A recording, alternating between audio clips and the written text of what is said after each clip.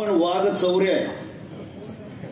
लोक शेळ्या चोरतात, लोक कोंबड्या चोरतात. आपल्या इथं कोंबड्या चोरबिले प्रसिद्ध झाला गाव. लोक पक्ष चोरतात, लोक चिन्ह चोरतात. अहो लोक काका बी चोरतात आणि बाप बी चोरतात. पण आपल्याकडे वाघ चोरणारा माणूस आहे, साधा माणूस आहे. त्यामुळे निश्चितपणानं हे वाघ चौरे खासदार म्हणून आपल्याला संसदेमध्ये पाठवायचे आहेत आणि त्याचा निर्धार करणारी ही सभा आहे असं माझं मत आहे. मागच्या वेळच्या इलेक्शनचा अनुभव आणि या इलेक्शनचा अनुभव, साहेब मी दोन्ही इलेक्शनचा अनुभव घेतला जिल्ह्यामध्ये. आमच्याकडे लोकांनीच ही लढाई आता हातात घेतलेली आहे. म्हणजे उमेदवार कोण आहे, पक्ष कोणता आहे, चिन्ह कोणतं आहे, कोणाला गाड्या मिळाल्या की नाही, कोणाला धाब्यावर जेवायला मिळालं की नाही, कोण भाषण करतंय, काही घेणं देणं नाही. आम्ही गावामध्ये गेलो की लोक विचारायचे आधी की तुम्ही भाषण करू नका, आम्हाला फक्त एवढंच सांगा ते अशोक चव्हाण कसं काय गेले हो. म्हणजे मुद्दाच नाही, काय महागाई नाही, बेरोजगारी नाही, शेतीचे प्रश्न नाही, काहीच नाही, ते कसं काय गेलंय हो. बरं आता गंमत अशी आहे की आम्ही असं सांगितलं की तुमच्या इथंही तशीच परिस्थिती आहे. ऐतिहासिक निवडणूक आहे. आमच्या नांदेड जिल्ह्यामध्ये तर एक बटन दाबल्यावर 2 उमेदवार पडणार आहेत. झालंय का पहिलं असं कधी मामा? एक बटन दाबलं 2 उमेदवार पडले. आमच्या इथं झालं तसं. बेजार अशोक चव्हाण असं 7 महिन्याचं पोट असल्याने घेऊन, अरे ज्या जागेवरती तुम्ही फुलं वेचली त्या जागेवर गौऱ्या वेचण्याची वेळ तुमच्यावर आली. त्याचं कारण ज्या पक्षानं 3 पिढ्यापासून तुम्हाला दिलं त्या पक्षाशी गद्दारी करून तुम्ही भाजपात गेलात. तुमच्यासोबत लाभदारक गेले असतील, परंतु सर्वसामान्य जनता मात्र जागेवर आहे, ती लढते आहे. आणि जनता जेव्हा जेव्हा लढते त्या वेळेला सर्वसामान्य माणसं हे संसदेमध्ये जात असतात. हा इतिहास आहे. मी आता तुम्हाला काही बोलणार नाही. आता एका आपल्या वक्त्यानं फार छान भाषण केलं, मला आवडलं. आता माझ्या ओळखी नाही तिकडे, त्यामुळे मी त्यात जाणार नाही. मी फक्त थोडंसं इतिहास सांगणार आहे साहेब. हे बघा, आपण कोण आहोत हे माहीत असणं ही जगातली सगळ्यात मोठी अनमोल गोष्ट असते.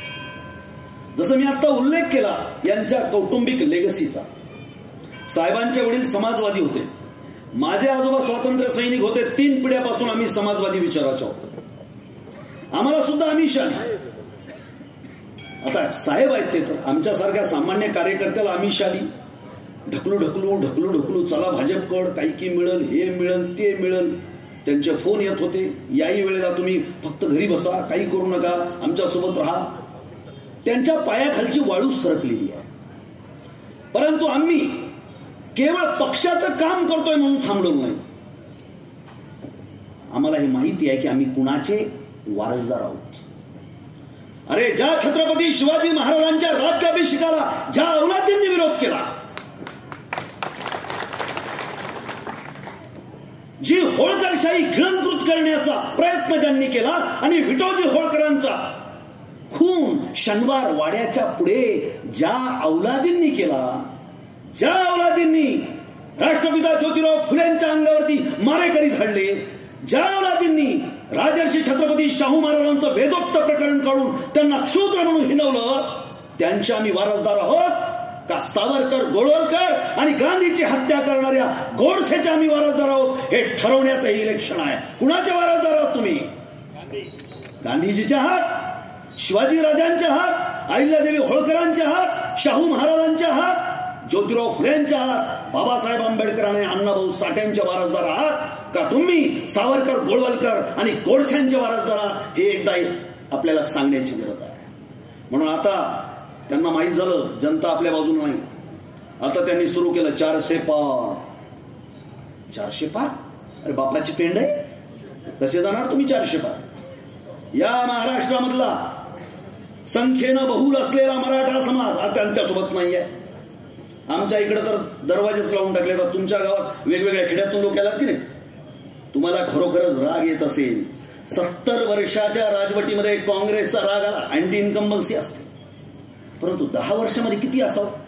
पोरं टिकुरो घेऊन झोड पाहिले तो, धोंडे हातात घेऊन लोक थांबायला, गाड्या यायला. कोणाच्याच गाड्या? काँग्रेसच्या बरं जाता, बीजेपीच्या ढोंडा घालतो होय माघारी.